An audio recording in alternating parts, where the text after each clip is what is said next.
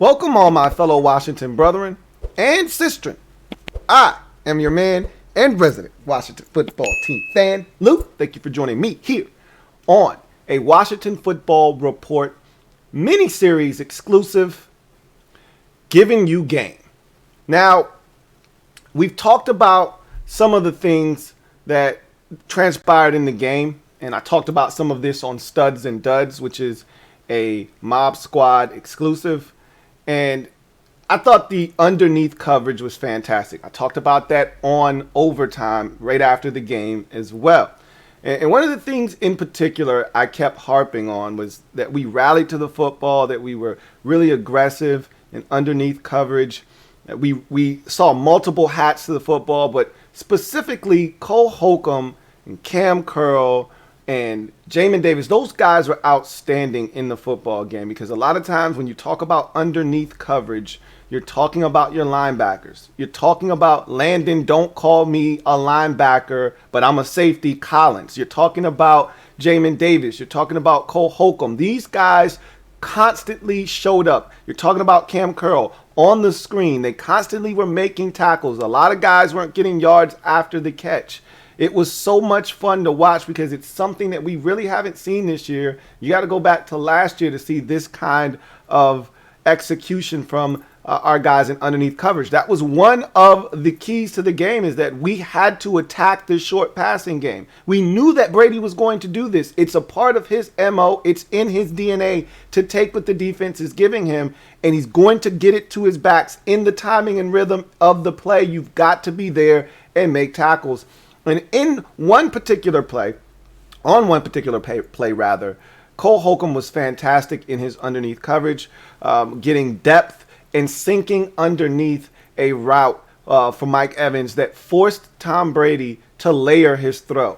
And he put too much air on it and went straight to Bobby McCain. I talked about this several times on overtime because I saw it instantly when it happened. It was a massive play in the game. Second straight possession, Brady throws an interception. It's the first time Brady has thrown 2 interceptions in the first quarter since I don't know when. He hasn't done it at any point this season, and I can't imagine he's done it many times in his career where he's thrown 2 picks in the first quarter. So it was a pretty big deal. Cole Holcomb was fantastic, and he's getting into a rhythm. He talked about early in the season being a little slow. Remember, we talked about this on Washington Football Nightly, where Holcomb was like, look, I'm watching film with the coaching staff, and I'm seeing where I see where I understand what's going on and I see what's happening, but then it still takes me another 2 steps, another second and a half to really go and make a play. And he says, I just got to go. I got to trust my eyes. Well, he did it on that particular play. The next 2 voices you're going to hear, well, the next 3,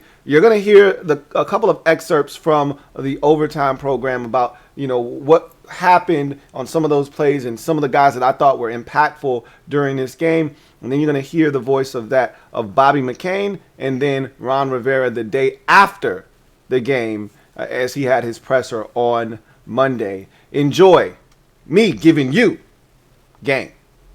It was a little bit of both, but really I felt like we forced the issue.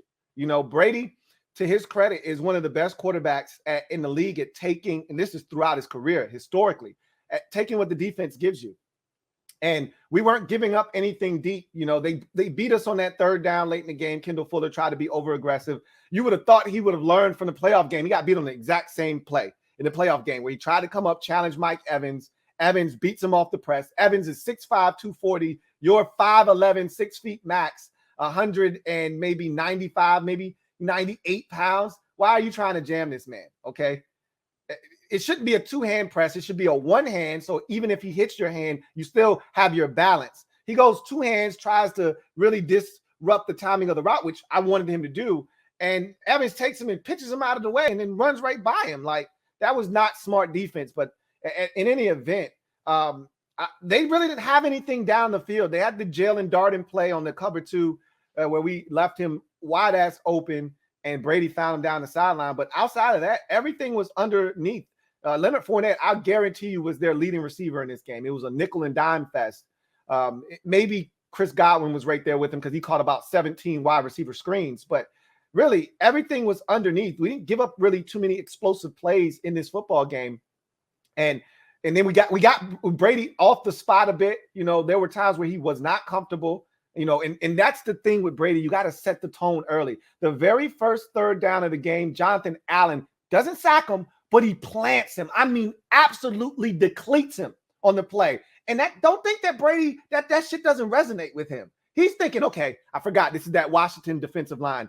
Got to speed my clock up. So now when he gets that third foot hits the ground against a lesser defensive front that he's not expecting a lot against, he'll just take a hitch, pat the ball, stand there, go through his progressions. But with this defense, now he's thinking, I got to get rid of it. Somebody's coming. So now he's checking it down. Now he's going to Fournette. First read, second read's not there. I'm going to get it to the check down. And this is the first game all season where I felt like we rallied to the football. We came aggressively, you know, maximum hats to the action. And I thought we tackled really well today. And there were multiple guys coming to the football. Cam Curl was outstanding today. Cole Holcomb, outstanding today. I thought guys were flying around the football field. I loved it.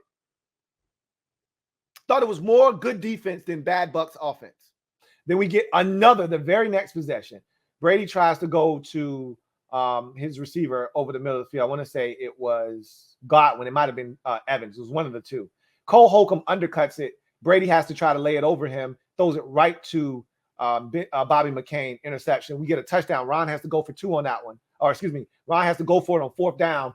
We convert on 4th and 3 to keep the drive alive to J.D. McKissick. And we ultimately ended up scoring a touchdown. Beautiful throw from Heineke to DeAndre Carter. You know, as a team, played pretty well. Defensively, we played pretty well today. You know, we got a few things to clean up, made some turnovers, which was big for us. That kind of flipped the field, flipped the game a little bit for us. On my pick, it was just over route crosser. He was looking to the right for the out by 1, and Cole did a great job packing back and making him kind of force that ball into the window. I kind of just stepped up and took care of it. But defensively, we played pretty well, and you know, we got to build off it and just keep going. Then the second one was the body presence on the second interception that Bobby had. Because if you watch it, what happens is, I believe it was Cole rolls under the Evans, who was coming through the middle.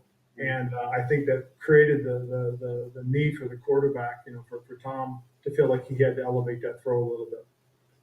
Was Cole especially good at carrying guys in zone yesterday? Yeah, to be honest, I thought him, Jamin, and Landon, for that matter, played really well underneath. You know, one time Jamin rolled a little too much and carried a little deeper than he had to, and it showed. They found, you know, Tom found the open guy. But for the most part, those guys were where they needed to be in terms of handling the crossers and really the immediate underneath, which was big for us. Because again, you know, if we make the guy hold the ball a little bit, he's gonna have to either throw it into tighter windows or he'll throw it away. And we were able to be successful that way. LouieTeeNetwork.